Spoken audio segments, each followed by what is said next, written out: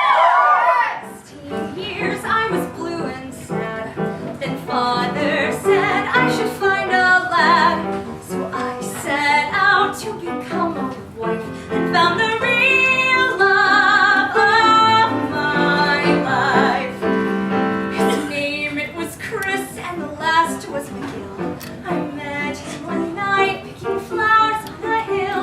He had lots of charm and a certain kind of touch and a certain kind of eagerness that pleased me very much. So there, beneath the moon where romance often springs, I gave him my heart and a few other things. I don't know how long that I stayed upon the hill, but the moon had disappeared and so had Christopher McGill. So I went home and I thought I'd die, till father said make another try. So out I went to become a wife and found the real love of my life. He came from the lowlands and hills. I saw him and knew he was perfect for me. Just one thing that puzzled me, and it always will, was he told me he had heard about me from his friend McGill.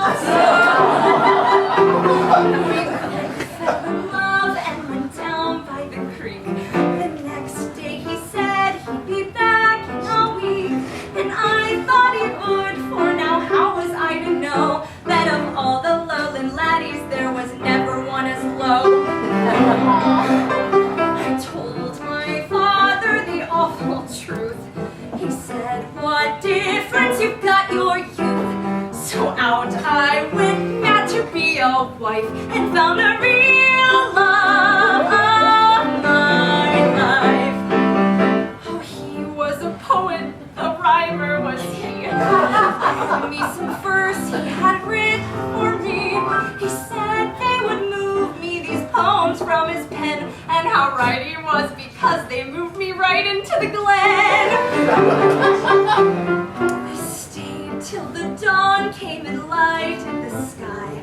Then I shook his hand and I bid him goodbye. I never went back, for what I had heard was true, that a poet only writes about the things he cannot do.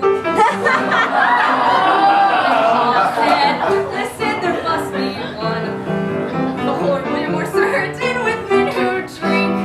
So out I went to become a wife and found the real love of my life.